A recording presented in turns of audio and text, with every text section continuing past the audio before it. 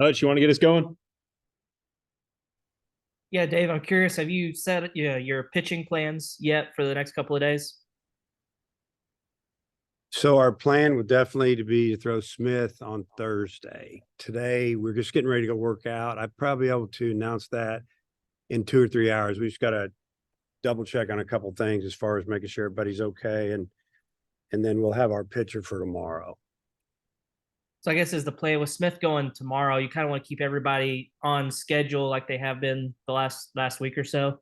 Well, not necessarily, excuse me, looking forward to the next weekend because we don't know who we're going to play and who we're going to pitch. All the guys are going to have plenty of rest that we'll be able to make that decision after the regional is, the selection committee, lets us know who we're going to play. So, but we will go Smith in game 2, and I'm not sure who.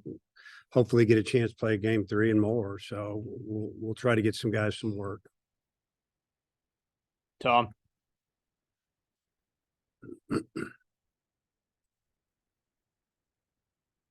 Sorry, it took me a second to unmute there. Hey, so will all the pitchers be more like, on some pretty good pitch counts, and you only want to use, Tiger, Smith, and Holland once, and maybe McIntyre once? Is that kind of the plan? Probably with the first few guys, but with McIntyre, probably not so much. I mean, he's a guy that we feel like he wants to pitch more. And, if we needed to use him game 1, game 3, game 4, maybe not game 4, but whatever, a couple times for sure. Get him out there and let him go a little bit. Just like the other day, we could have left him in. He was feeling great. He was actually throwing just as well as he did the first ball game he pitched, and he felt great. Didn't want to come out of the game, and if it had been a different situation, we wouldn't have taken him out. So the general thought is you guys are in good position to, get a top 8 seed. What's the importance of the tournament for you guys generally? And I know you like to win every game, but maybe from your pitching standpoint, maybe you don't need to be pitching till Sunday, Yeah, it's obviously we do want to win, and I guess the importance would be to continue to get these pitchers work, but not too much work, keep them sharp. And then the same with the hitters, they need live at bats, and especially with a couple of guys that have been injured, to get those guys in the lineup and swinging the bat and try to get them right. Right. And then from a scouting standpoint, you guys go watch Tennessee, Texas A&M today. And if you wouldn't mind, for those of us writing something for your game tomorrow, could you maybe talk a little bit about Tennessee and Texas A&M? It's my last question. Yeah, I mean, we're going to go work out right now, a couple hours, battle the rain a little bit. I think it's hopefully getting out of here and do what we can do. And then probably a couple of us will peel off and go watch that game a little later. Not so much scouting. We played both those teams 3 games. We know what they're all about, but maybe just to get out of the hotel and go watch one of the teams we're going to play tomorrow. And then I don't know, what are you looking for? What else you talking? Well, just kind of the general traits of Tennessee and Texas A&M. What do you think of each club, basically? Well, I think that first on Tennessee, after they left our place, they heated up pretty good. They maybe lost another game midweek, and I don't know. They struggled most of the game against Vandy, and then when they tied that thing up in like the 9th, beat them in extra innings, they went on a roll. They just kind of flipped the switch, and they've been pretty good ever since. They obviously have very good arms. They have a couple of incredible bullpen arms that have actually started a little bit as well.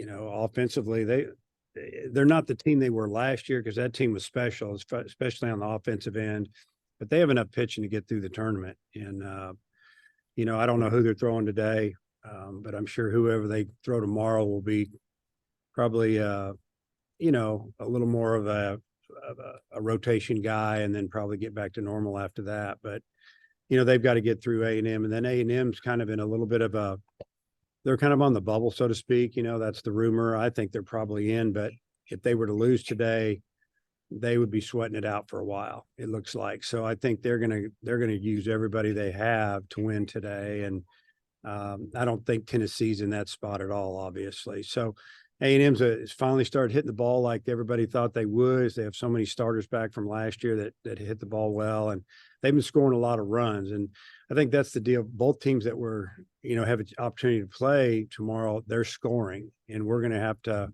score with them or do a really good job on the mound. Ellis.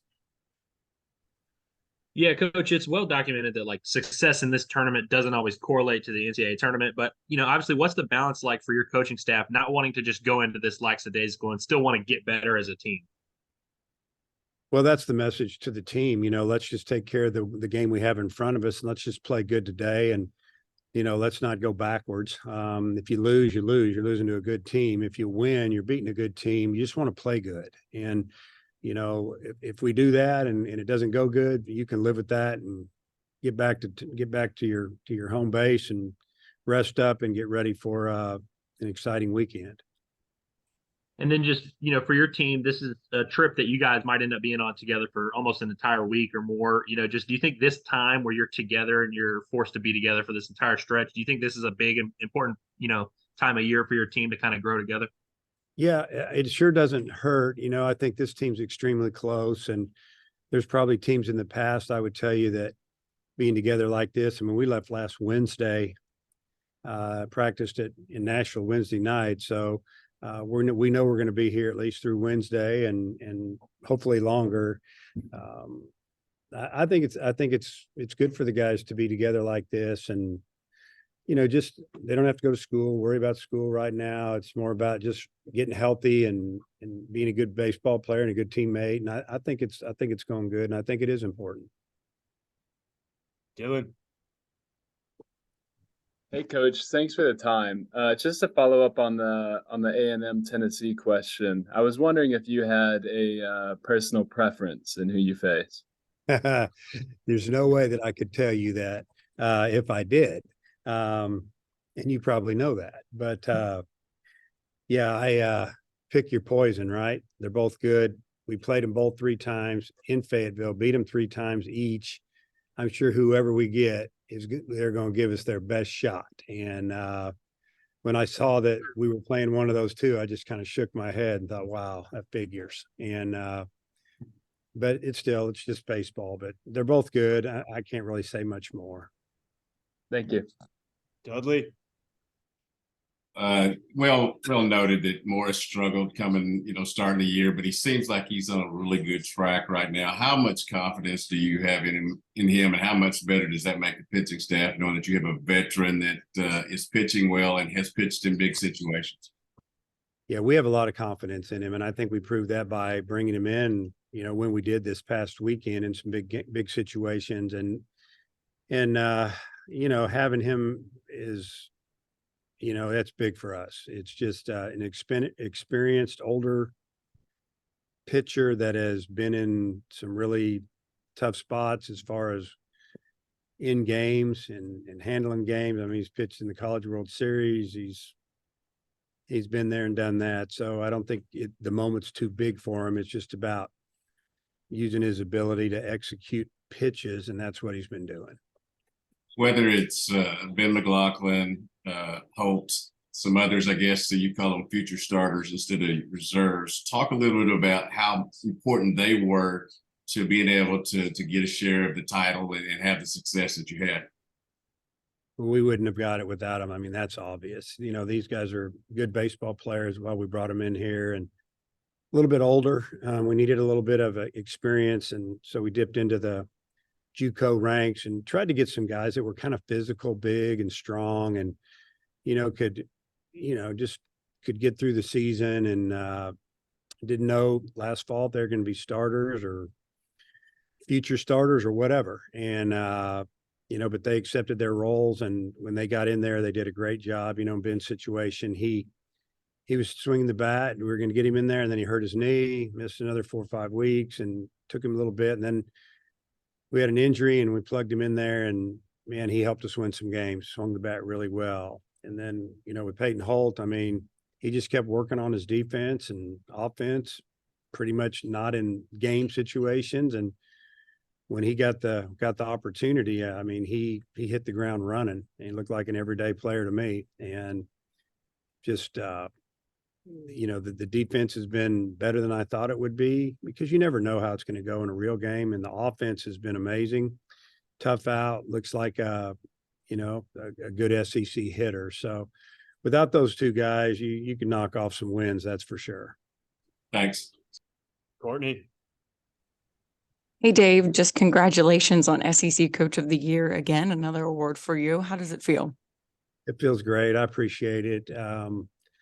You know, it's all about, you know, how we're perceived maybe. And I think we were perceived as the 4th or 5th best team in the West. And we finished a lot higher than that. And, you know, we won games that maybe a lot of people didn't think we would, because of the players and the way they worked. And I got a great staff. You know, we made some good decisions that panned out. You know, I think when you look back at the decision about 10 days out from conference, when Coach Hobbs and I just discussed how we got to handle this going into league play, it was about winning one game and putting Smith in the bullpen, and then give credit to Smith for not fighting us on that. He was whatever we got to do to win. And I think that really showed the team how good a teammate he is. And he's really all about winning and not about his numbers. And usually if you have that approach, you end up getting what he deserved. It's first team all SEC. I mean, that team right there. You get on that team, you're probably going to play in the big leagues one day, or you're going to be close. So, yeah, it's a great feeling. But the best feeling to me is knowing that we finished on top of the West, and then, you know, getting a piece of the overall championship, which is so hard to get. And you know, we were so close to getting it all by ourselves that it's hard to even look back on it, because it kind of makes you a little nauseated, honestly. It is a great feeling. I'm just really proud of the players. And last one from me, you talked about the message to the team this week. What's their mindset like after, you know, obviously being on the bus, heading to Hoover, traveling after coming off that Vanderbilt series? You know, it was interesting we take 2 buses here, split the team up a little bit, but the buses was really quiet. You know, it wasn't like you just won a championship. They were really quiet. They're disappointed that we lost, and we just feel like we let them slip away. And they probably doing a lot of thinking. I think maybe it'll help us down the road, because teams still definitely got some edge and attitude. I think the mindset right now is, man, we got to get our shortstop healthy. We got to get the pitching lined up. And, you know, we almost lost Holt on that play as well. I mean, he's a tough kid and very strong. He might've been really hurt. And when they collided, doing what they do, and that's putting in an incredible effort to try to make a play in a desperate situation when that inning was just falling apart. And, but I think they're really glad to be here. I think, like all of us, we're glad that 10 weekend gauntlet's over with, and just kind of catch your breath. And now, yesterday we had a workout. I thought it was very spirited. You could tell they wanted to be out there. And, you know, even at the end of, you know, the pitchers lifted after their workout, and position players lifted. And so there was some waiting around. And I mean, they were throwing the football around, running pass patterns. You know, you had managers trying to cover guys, you had coaches trying to do things. And I'm thinking, well, this looks fun, but man, I hope nobody gets hurt. You know, I had to slow down a few guys on a few things, but you could just tell they like being out there. They like each other, and the mindset's good. I don't know how it's going to go here. I do believe that we'll play well, but I'm not going to go crazy as far as extending our pitchers to try to win a game. And I think they know that. Thanks, Tom and Coach. Last 2 questions. We got to go to practice. Tom, you're muted. I'm sorry, you mentioned Bolton for a second. What's his availability, his status? He won't play tomorrow for sure. You know, they've tried to really excel this as far as the treatments, a lot of treatment, keeping it elevated. Walked with a boot on it when he wasn't. Now he's not in a boot, and he walked to the bus yesterday. He did not hit or field. I don't think he will today either. Maybe play some catch today. You know, if we're here on Saturday, I think there'd be an opportunity to play, but that's guessing. If he's not ready, like 95% ready, I'm not going to play him. So we'll see how that turns out. You know, the other issue is if we have another middle infielder go down, we'll see who's playing there. So it'll get interesting if that happens. Would you really like to get Bobby Fouch, maybe a couple other guys, some innings in this tournament? Yeah, at least out there once. And they both have really good arms. I think that, we're going to need them. We're going to need them. So we got to really try to get them out there if it's right. If there's any other question time, I defer to Andrew here. Yeah, Dave, you mentioned Fouch and Bybee there, but Ledbetter, the last time out, he gave you 4 scoreless in a midweek game. Just is he a guy that might be see the mound this week? Yeah, and he's more of a long guy for us, I think. So, if we play long enough, or depending on the situation, I think he's ready to roll. He's, so to speak, he's foaming at the mouth. He wants a ball. So we'll see if we can work that out. Coach, appreciate your time. Okay.